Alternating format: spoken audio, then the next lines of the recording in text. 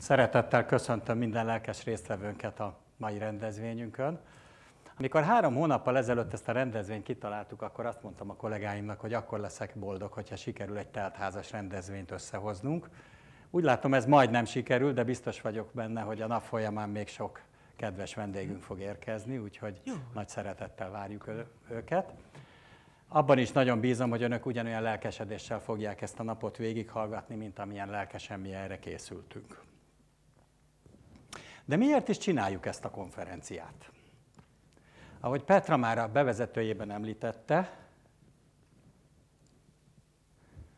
szoftverkereskedelemmel foglalkozunk 25 éve, és azt tapasztaltuk, hogy ezeknek a kreatív szoftvereknek a bemutatása, ezeknek a szoftvereknek a rejtett képességeinek, információinak a bemutatása bizony egy nagyon nehéz feladat, és azt gondoltuk, hogy milyen jó lenne ezt egy moziteremben, egy nagy vásznon, egy kivetítőn ezeket a lehetőségeket, rejtett képességeket megmutatni önöknek.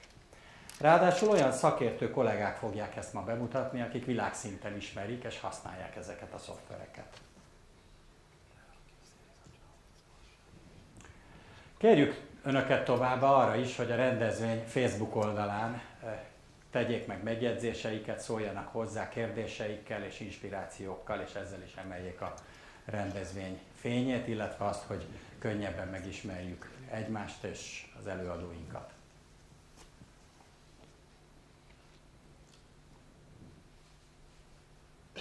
El tudják képzelni, hány iparágban használják ezeket a szoftvereket? Legyen szó például egy belső építészeti látványterv kidolgozásáról, vagy egy mobil applikáció kezelőfelületének, vagy egy webes user interface-nek a bemutatásáról, mondjuk az Adobe After Effects, vagy az Adobe Photoshop szoftverek segítségével, vagy akár egy dinamikus Nike reklámról, amelyben a Maxon Cinema 4D szoftvere volt az alkotók segítségére.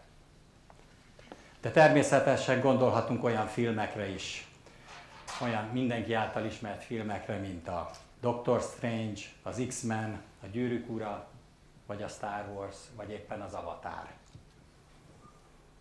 Ezekben a filmekben, ugye, hát az Avatarban látszik, hogy ez egy digitális kreáció, de nagyon sok filmben olyan élethű jelenetek vannak, amelyekről nem is gondolnánk, hogy számítógéppel létrehozott művek, felvételek, hiszen úgy tűnnek, mintha ezt egy kamera élő felvétele vette volna föl.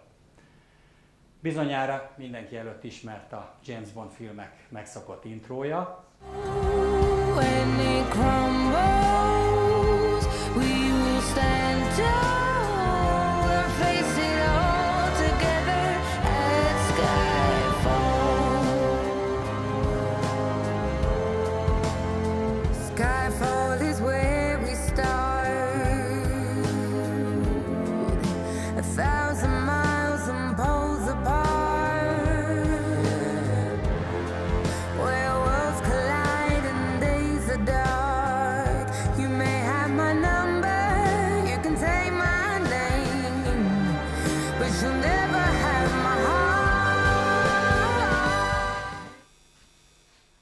Természetesen nem csak a filmiparban használatosak ezek a kreatív szoftverek. Gondoljunk például az autófejlesztésre, az autóiparra, ahol mondjuk egy formatervezett dizájnos autó apró részleteinek a kidolgozása is történhet ezekkel az eszközökkel. Vagy a másik nagyon fontos és hasznos terület, a robotipar, ahol szintén a korábban már említett Maxon Cinema 4D szoftver volt az alkotók segítségére, hogy a robot mozgásának szimulálását bemutathassa.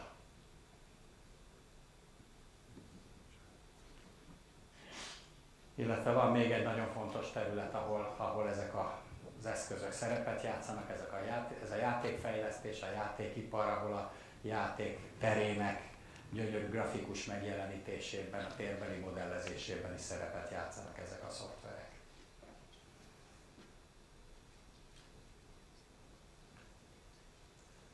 Úgy vélem, a hétköznapokban minden ember dönthet úgy, hogy rendkívülivé válik, mondja a karizmatikus egyéniségű Elon Musk, aki számtalan iparágban újat és maradandót alkotott.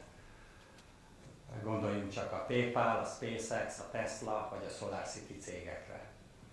Mai konferenciámmal azt kívánom önöknek, hogy a mindennapokban ezekkel az eszközökkel, a hétköznapokban önök is rendkívül tudjanak alkotni.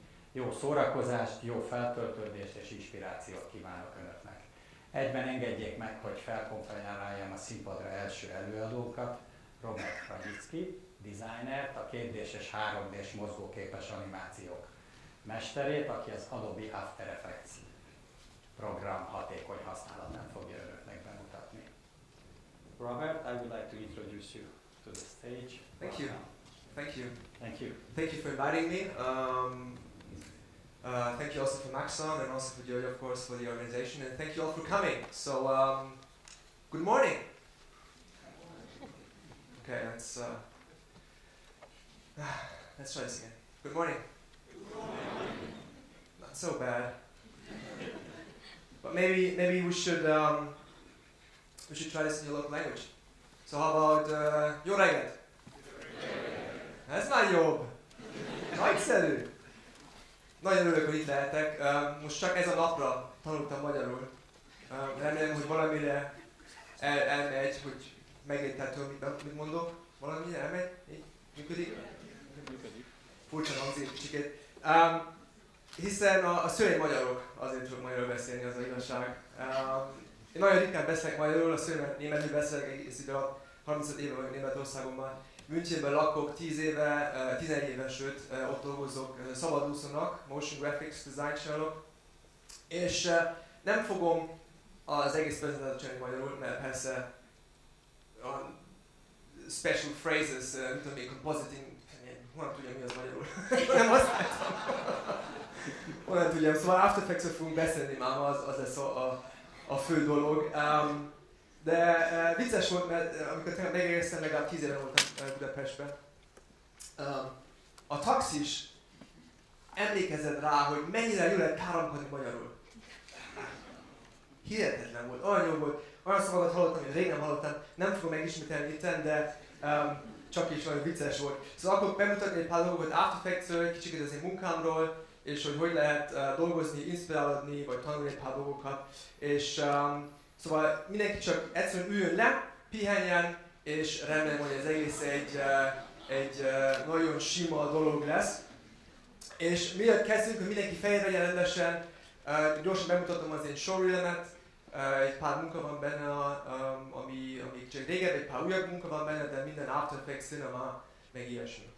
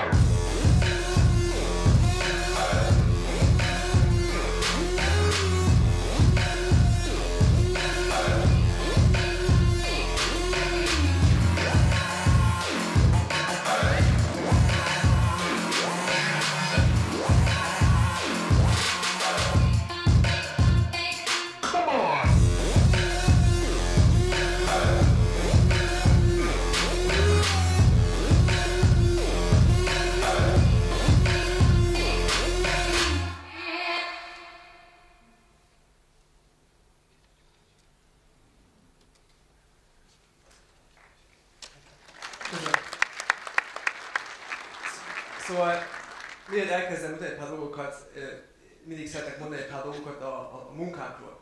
Hiszen nagyon szerencsés lehetünk, hogy vagyunk, hogy azt tudunk dolgozni, amit szeretünk. Nem sok munka dolog van, ami tényleg azt mondod azt, hogy szeretem. Remélem, hogy mindenki szereti azt, amit dolgozik, de szerintem egy nagyon szerencsés dolog.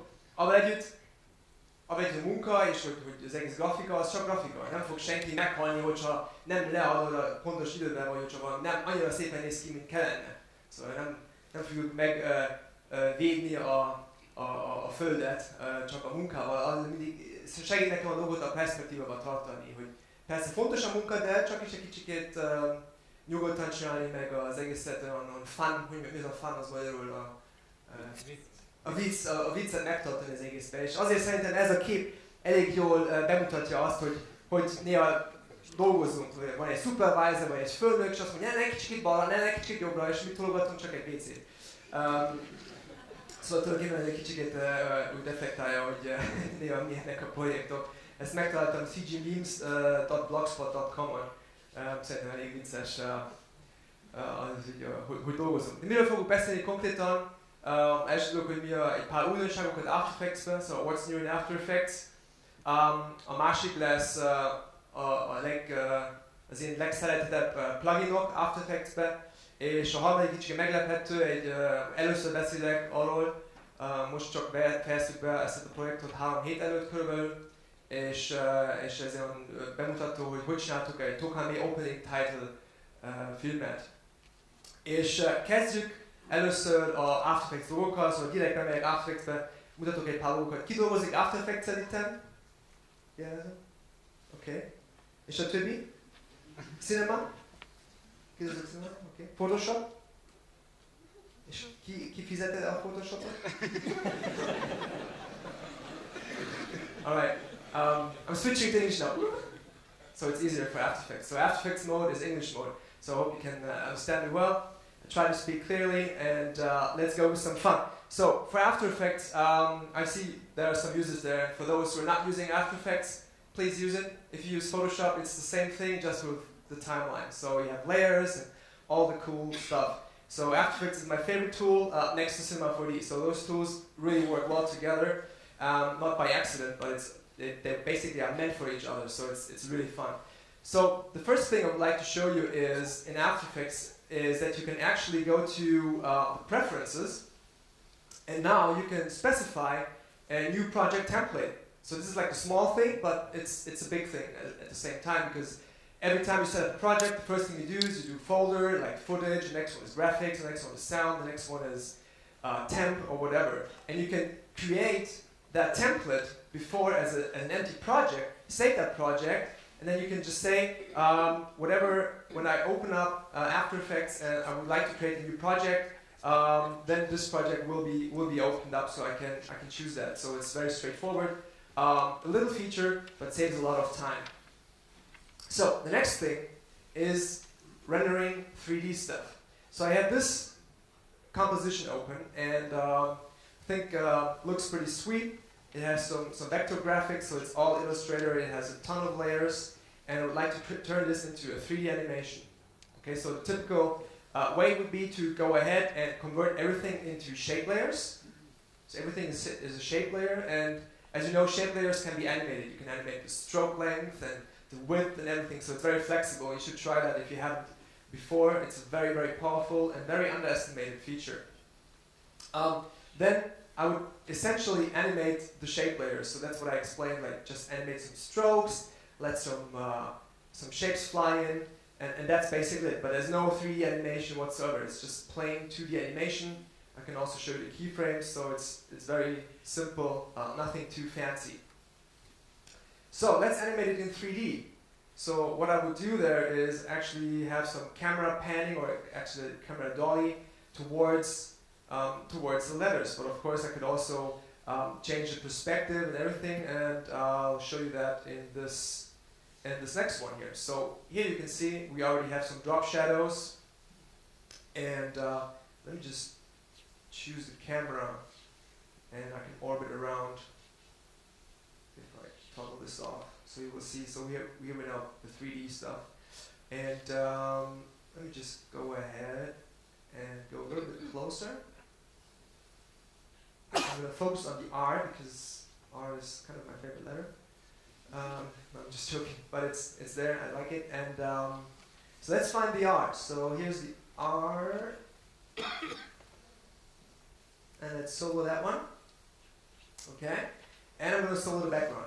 So here's our little 3D animation, and you would say, yeah, this is like 2.5D or 2.5D, not really 3D. Also, we can move in X, Y, and Z space. It's not really 3D. Unless we really go ahead and click on Renderer Classic 3D, and we choose this. Watch this. Cinema 4D. So you can choose Cinema 4D, and now it will tell you what will be enabled and disabled, because this now switches from the After Effects renderer to the Cinema 4D renderer, which is built into After Effects. So it looks the same for now, but if you look closely, you will get a few options that are really, really nice. So if I toggle this down, you will see geometry options. Everyone sees that also in the back seats? Yeah. Cool. So you have geometry options, which allow you to actually go ahead and extrude the shape. So I do that for this one. I do that for this one as well. And essentially for all the shapes. So what I'm having now is a proper 3D model. So you can really see that it has real depth. And I didn't do this for the last part, but now you can make out it's a proper 3D thing. And no, you will not be able to do something like this Nike commercial or stuff that you see in my showreel with this effect. It's just for simple like typography animations or classic motion graphic stuff that you see right now. For this is perfect. You really want to just quickly have something with some bevel, with some extrusion, and it renders quite quickly. And you can also set up the quality of what you want to see, so you can balance draft versus quality, which means essentially speed versus quality. So if you want to have it fast, you have less quality, and you want to have it better, then you have to wait a bit longer. So it's essentially the same thing as you would treat clients, you know? It's the same thing. Time is money, and this is the essence of it. Because if the client says, I want to have it good, you will tell him that, okay, you want it fast. Yeah, fast and good. It's not going to be cheap. If he wants it fast and cheap, it's not going to be what? Exactly. So it's like it's the principle of work, of freelance work. It will never work out to satisfy all three things, other than make you yourself unhappy and unhealthy and whatnot. So this is the principle. It's really amazing. I'll show you the the finished part, so you can see how it looks like. So this is all basically done in After Effects. So everything, all the shapes are extruded. Some are higher, some are lower, and you get this beautiful animation. And there's even some more camera pannings around it, so you can make out all the camera scenes. And I'm using the pre-rendered QuickTime here, so it's not rendering as fast as you can see right now. However, it's still fast, but not as fast as obviously just playing back a pre-rendered QuickTime. But it's fun, and you should give it a try. And this actually came out in the previous version of After Effects, because yesterday was a new version announced, and I think Thomas will talk about it a little bit. So there's some great new stuff in there. So if you have the latest version of After Effects, you will have this feature enabled, which is great. So let's talk about the next little feature.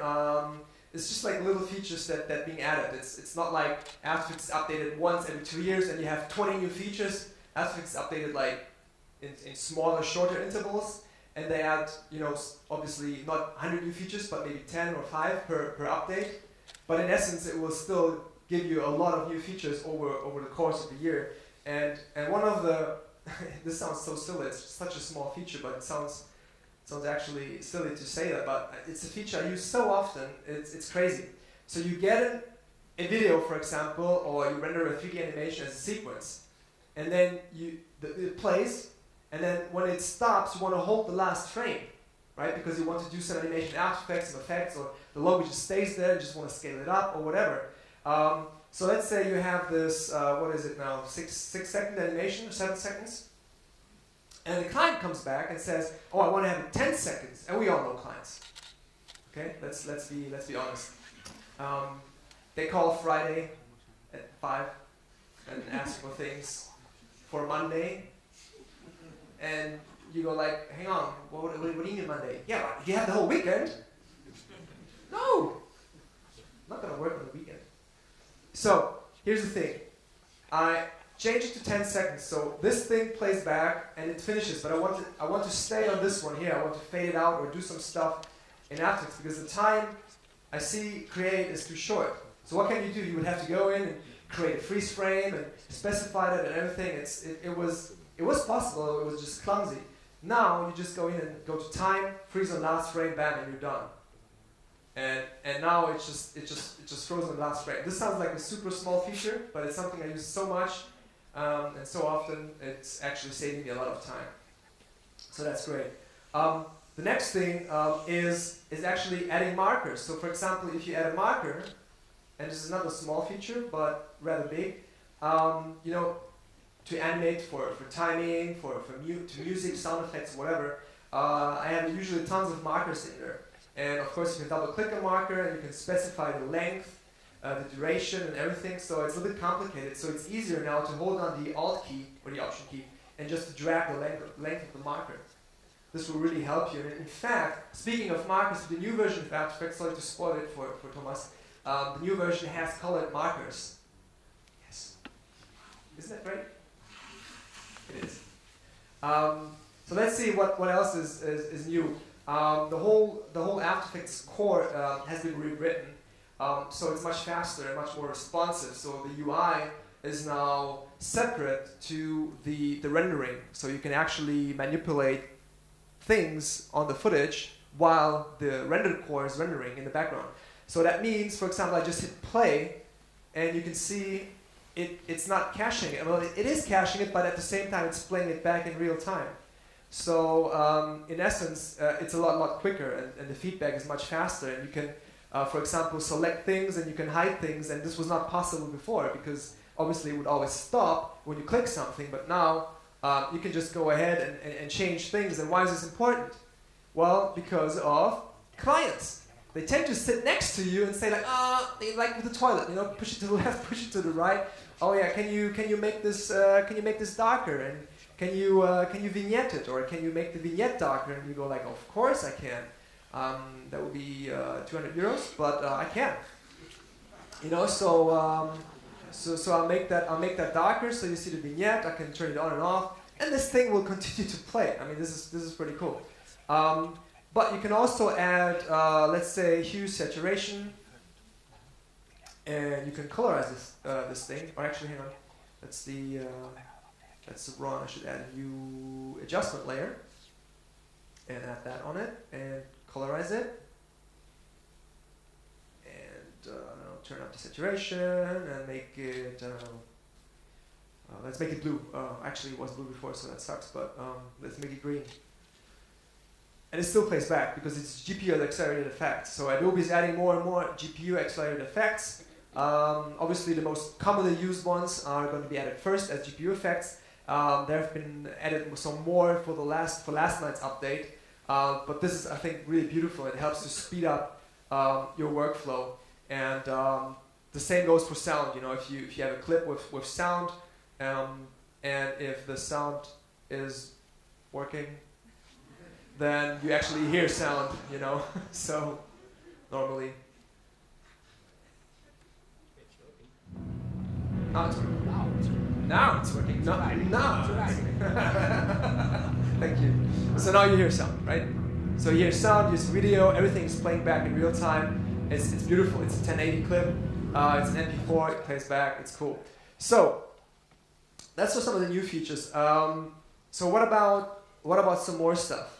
So this is like a semi-official Adobe part. But let's talk about my favorite plugins. Who's using plugins in After Effects? Obviously the ones that are using After Effects. So it must be... So who's using After Effects without plugins? Let's ask it this way. That would be like 4 persons. Okay, wow, you're brave. I really admire you that you can do cool stuff without plugins, because I honestly probably couldn't. Well, you can build workarounds, but some plugins just really save a ton of time, whereas other plugins just simply give you options that you wouldn't have as a standard, you know, out of the box After Effects. And I will show you some of those. Obviously, those are not my most favorite plugins, but the latest plugins that I discovered over the course of the last year. And the first one is called Previewer from Mr. Horse. Does anyone know that? You know that. Fantastic.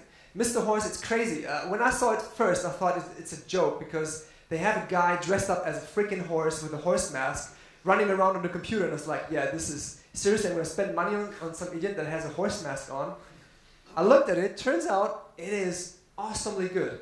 It's crazy, it's ridiculous. So whatever their strategy is for marketing, I don't know if it works or not, but the quality of their stuff is amazing. I'm sure you can agree with me yeah, so he's nodding. So it's ridiculous. So I'll show you. I switched my workspace to my favorite workspace, and there you see a few things that I have set up. Just going to match it to the resolution of the screen. So previewer, what does previewer give you? Well, you know you have previews in here, but you also have previews now in here in a separate window. So actually you can make this really big, just like this for example, and you can preview things. But of course you can also preview proper stuff, like clips. So you don't have to drag it into a composition and play. You can just quickly go through bam, bam, bam, see which is the right clip that I want to add, or which is the right graphics, Illustrator, whatever. Everything is more or less supported. So let's go to I don't know, Illustrator layers. You know, I can go ahead and see all those layers, and it's super fast. Bam, bam, bam, bam. You can actually animate it, and if you blink really fast with 25 frames per second, it's a smooth animation. So in fact, it's so crazy. You go like, what? Why didn't I know this before? It's amazing. And then when you realize that you have plugins like these, this will be your reaction, because you just think like, oh my god, I just like 1 year of previewing things in this little crappy window. So previewer is a fantastic way. Unfortunately, it's not free, but it's still great. I think it's really affordable. I think it's under 50 euros. I think it's 59 or 69. I'm not sure. It's really affordable and really worth your time. I mean, the time you will save with previewing stuff will just be totally worth it. The next thing is Animation Composer from the same guys, from Mr. Horse. And what Animation Composer does is basically it will allow you to open up a window like this, and this will give you super cool transitions, animations. Let's see, position, rotate, and scale. So stuff like that. I mean, it doesn't seem like a big thing, but this would be at least, I would say, what do you have? Position, rotate, scale. It would be at least 6 keyframes. Well, it's not a lot, 6 keyframes. Normally we have hundreds of thousands of keyframes, but still you have to do those 6 keyframes. You have to ease in and ease out. So whatever you animate. So let's say, let me just show you quickly. Let's just go ahead and create this and write Budapest. And I have this, so all I have to do is I essentially do this, okay? And this will animate in. See how long it took? It took me about 2 seconds to do this. If you do a lot of type animations, a lot of those types of animations that you have to do in this style, this will actually be really, really helpful and save you a ton of time. And you can also change the duration by just shifting the marker. And in fact, there's some preset animations I'll show you that have been created before. This is all done with this tool, and it took literally minutes just to do this, whereas it would take probably an hour or so to really animate everything smoothly out. The way you see it right here, with all the smooth eases, everything is just nicely animated. It looks super cool.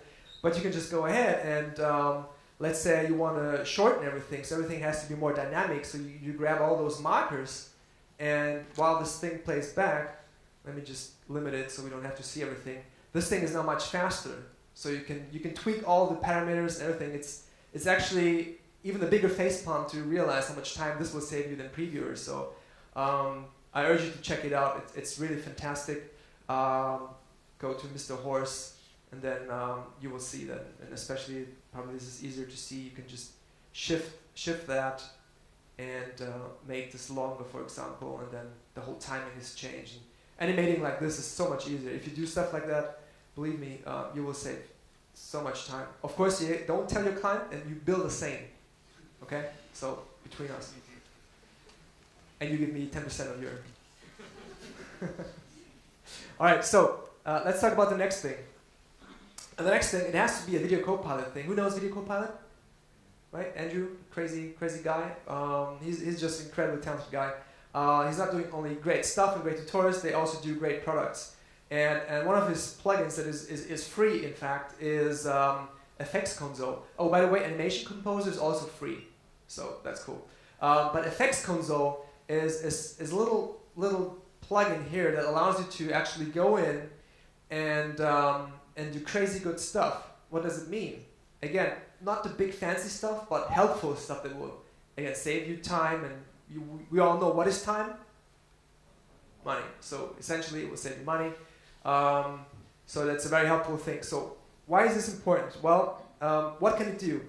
It will help you to speed up things. Well, who's on Mac? Who's working on Mac? All right, hello friends. Who's working on PC? Okay, yeah, we're still friends, okay? So don't hit me. But I'm a Mac guy, as you can see. So on the Mac, I use this a lot. You know, command space. I type for, let's say, Tokame, and then I have my talk folder here. So I find stuff really quickly. Okay, so this is what I do. In After Effects, I always have to go into this. Where is it? Okay, I have to find it first. Effects. Okay, it's hidden. Okay, let me just open it up. Okay, I need to find it. Oh, there it is. There's a search window. Okay, I have to type in hue. Okay, and then I have to drag it or double click it, and then I have it. Okay, so this is the typical workflow of how you add effects and plugins onto your footage, right? But there's a faster way, and this is through Effects console. So you can specify a shortcut, and in my case, it's Shift space, and this will give me essentially the same thing as Spotlight does. So I can just go in and type, okay, hue saturation. Okay, I want to have fast blur. Okay, I want to have, let's say, depth of field, and I just go ahead and click depth of field. And instantly, within, I don't know, 4 seconds, I added 3 effects. It would have taken at least 10 times longer to find that here, go down, select it, drag and drop, and double click it.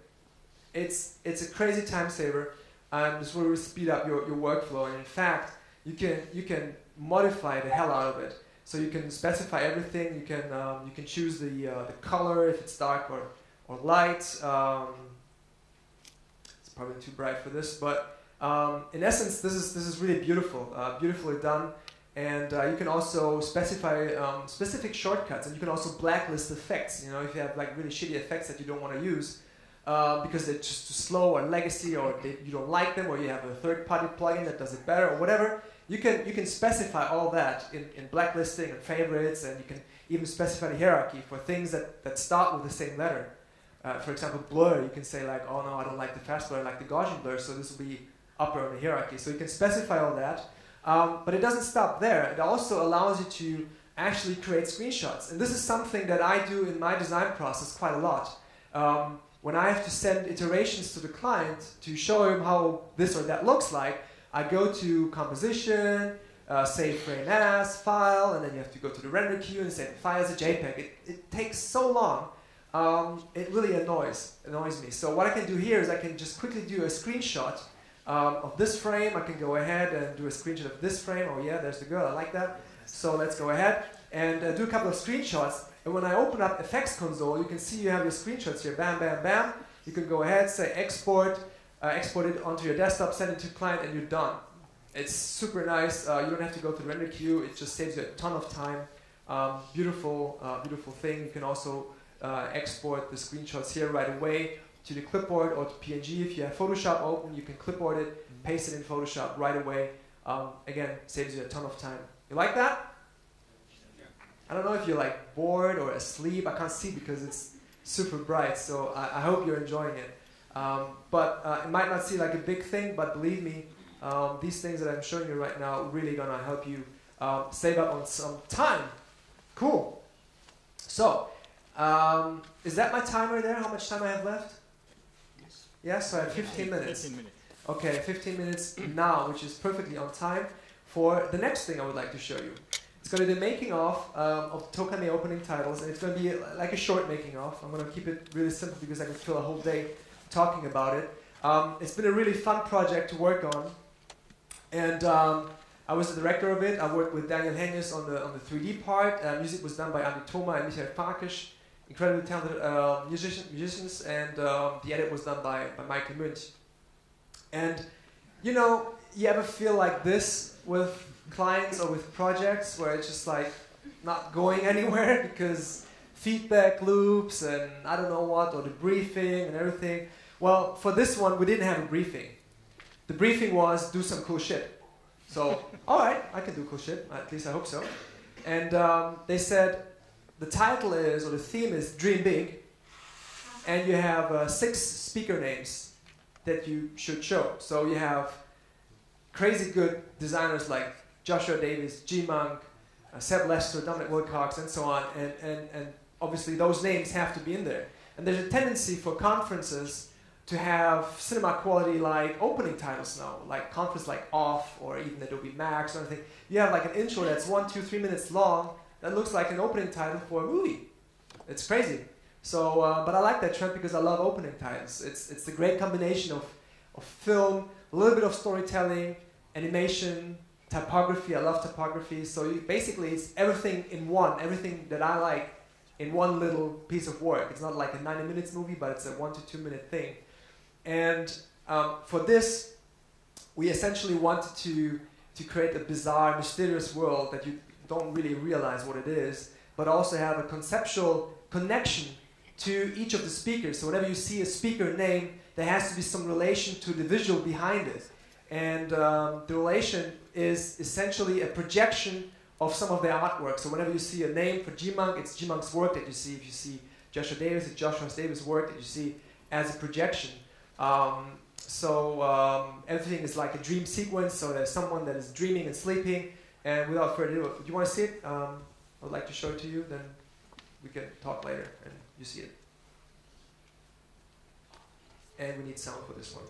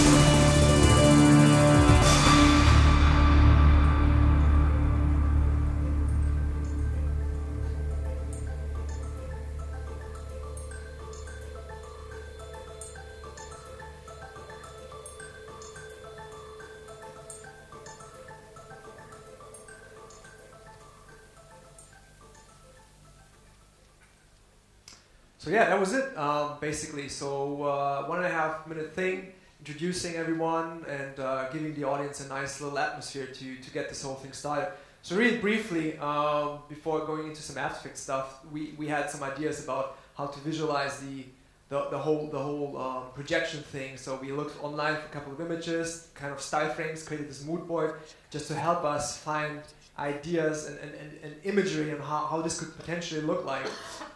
So we created a 3D scan of a girl's face. It only took us about 800 photos to finally come up with it. It was all done with a Sony Alpha 2, so it's pretty high res. And then we created the geometry out of this, so we can go on to a macro level of detail. So every little pore, every crease, every wrinkle is actually geometry. You could fly through the geometry instead of using a bump texture for something like this. So it's pretty high res.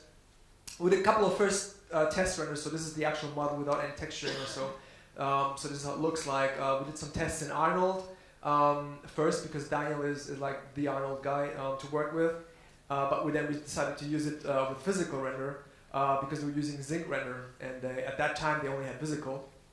So we recreated everything with Cinema 4D physical, and these are just some animations. So you can see we added some eyebrows, eyelashes, hair, because obviously that doesn't come in through the 3D scan. But this is the model that we work with, and I quite liked it because this allowed me to really position the camera, and I was doing most of the camera animation, and all the camera animation is basically based on real cameras, so we used real focal lengths. You can't change the standard focal length in Cinema 4D. You know that, from 36 millimeters to 85, for example. So I didn't want to have it wide angle. I wanted to have it more. For this shot, I think it's 120 or 85 because I don't want to have the nose so big. So everything's based on reality because we wanted to film it first, but then decided to really do it in CG.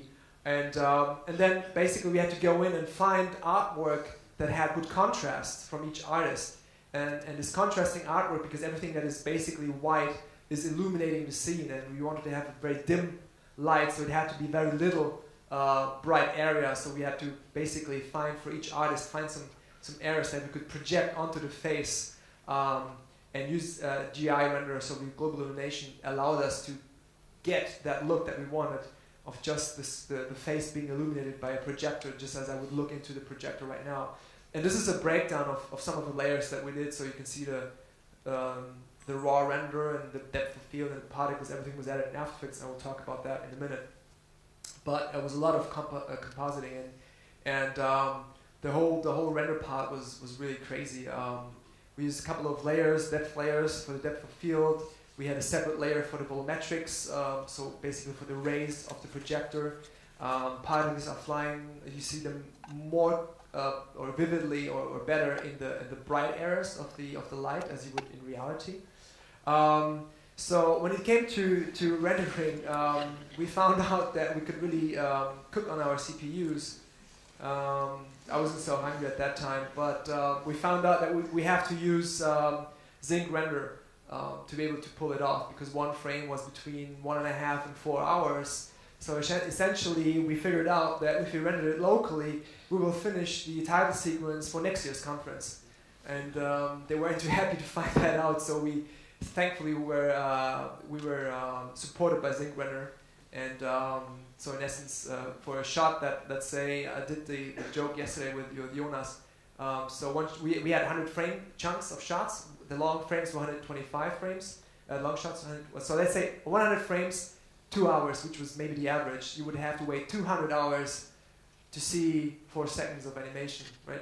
So with 100 machines rendering at the same time, you would have to wait a long lunch break to see it finish. So just imagine a long lunch break versus a week. It's kind of crazy, but that really allowed us to pull this off in time. And I would like to really briefly walk you through some of the things that we did here to actually pull off the look that we have. So it was a lot of compositing involved. Every project that I do is a lot of compositing. I'm not a super good Cinema 4D artist. I mean, Jonas just is so much better in Cinema 4D than I am. But I think I know After Effects quite well, and I have a good eye for how things should look like, and I know compositing or Photoshop, so I can go to here in Cinema 4D, maybe not to here or to here, but to here, which is good enough, I would say.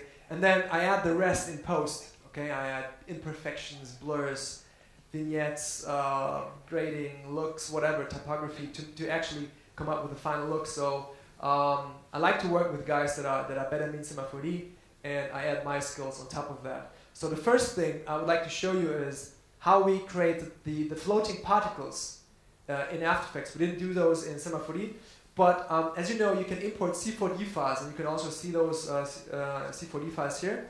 And I will just, actually let me just create a new project for that. That's fine, so I'm just dragging it onto the new sequence or new comp icon. It will take a while to process it because it's processing an 800 megabyte Cinema 4D file. It only has about 15.5 million polygons. But voila, you have it with Cineware in After Effects, and this is pretty crazy, I would say. You can go ahead and you say, okay, use OpenGL. So you will see exactly the same thing as you would see in Cinema 4D.